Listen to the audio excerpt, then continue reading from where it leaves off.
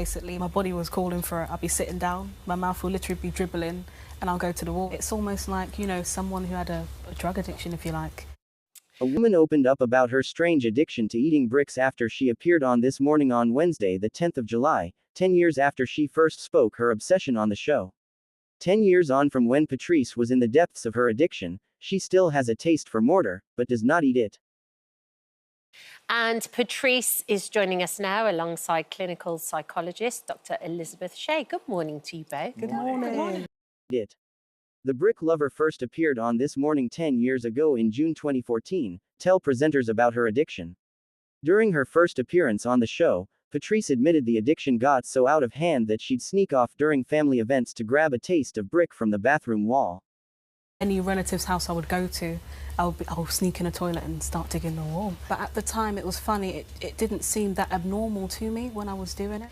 When she first opened up about the addiction to her friends and family, Patrice admitted they weren't too surprised. The brick addict's husband is supportive, but she admits it upsets him very much due to concerns over her health. I don't know yet.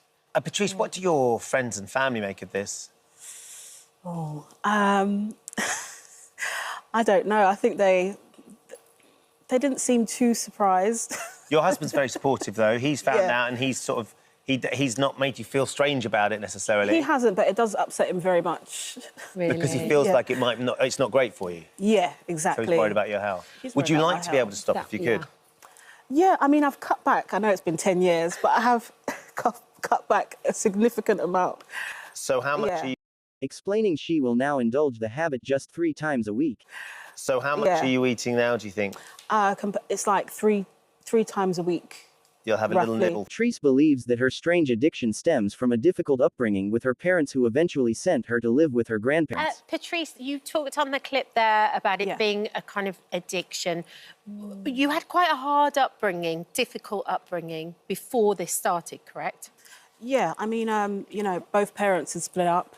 There was a decision that was made for me to stay with both grandparents. Right. You know, I love my parents very much. Yeah. But I think there was that confusion. Okay. And that built like some anxiety in me, depression from an early age. Right. Yeah. And she remembers first being attracted to the bizarre snack because there was something about it she just found delicious. It's quite tasty. I quite like the sensation.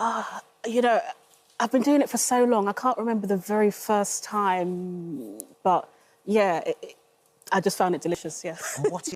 When asked to describe what it was about bricks that most appealed to her, Patrice highlighted the crispy texture. Can you describe what sensation you get from it, what it tastes like to you? Yeah. Crispy, obviously. Yeah. It's like a chalky, sort of earthy taste. Videos from the show reveal Patrice chipping away at an outdoor brick wall, retrieving pieces of cement and nibbling on them. However, Patrice's preferred wall snack comes from inside her own house because she prefers the taste of indoor wall. House. Right. So they're the walls that you like the flavour of. It's quite rather damaged. than walking past the wall Exactly. and thinking, well, that looks tasty. No, but I do walk past, like, you know, like building sites. Yeah, sometimes. And you know, some people might find it very dusty, but I think, ooh. She even said that there have been times when she has reached to a pile of sand to lick her finger and dip it in the sediment. Yeah, I like it. I've seen piles of sand before, and yeah, I've put... I know there's some walls that taste good to you and some walls that don't. Kat asked Patrice if she prefers some varieties of wall over others, to which she revealed that her preference is older walls. Don't? Yeah, I think it's the old build walls that seem to have a different taste. And did you actually end up... As a child, Patrice had spent many an evening relaxing in her grandparents' living room when she had lived with them, often finding herself reaching for the wall to get a fill for her taste of bricks. Did you ate your grandmother's wall? Yeah, so what it was, I used to hang out in the living room a lot after school. There's a room in the back, and it's like the whole wall was eaten. They thought it was wear and tear, because obviously I hadn't told anyone at this point that I was doing it. Yeah, you were keeping it secret. Yeah, I was keeping it secret.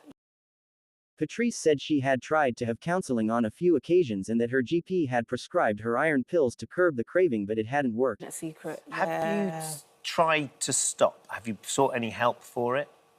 Yeah, I've been counselling a few times. The GP gave me iron pills to sort of curb the iron tablets. Craving. Okay. Yeah, to curb the craving, but yeah, it didn't work.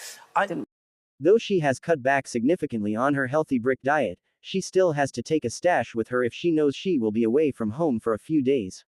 Speaking on the show alongside her, expert Dr. Elizabeth Shea said that Patrice was suffering with pica, which is an addiction to strange Dr. foods. Elizabeth, it's a fascinating thing, this pica. Is it? I mean, explain a little bit about what it is. What's driving this peculiar, bizarre craving? Yeah. And how dangerous is it? Absolutely. So pica describes the eating of non-foods, essentially. And the word pica comes from the Latin name for magpie, which is a bird that collects Gathers and things around it, and reportedly eats things that aren't food. Dr. Elizabeth also explained that certain groups are more likely to be affected by pica than others. But there are some clues if we look at the types of people that are generally affected by pica. Right. So certain groups, for example, pregnant women, tend to have pica during pregnancy. That generally goes away, but those women often report cravings, sensory differences, so perhaps experiencing tastes and smells and textures differently. Other groups that experience pica are autistic and neurodivergent people, and again, they have some sensory differences in how they experience the world, and people with a learning disability also. So all of those groups, the sensory feel, the smell, the taste, seems to be very important. Yeah, and it's in a that great... The doctor said that sensory differences are a common symptom of people who develop pica, but that there is a lot science can't yet explain. to have many different Yeah, factors. there might even be many different types of pica. We just really don't know.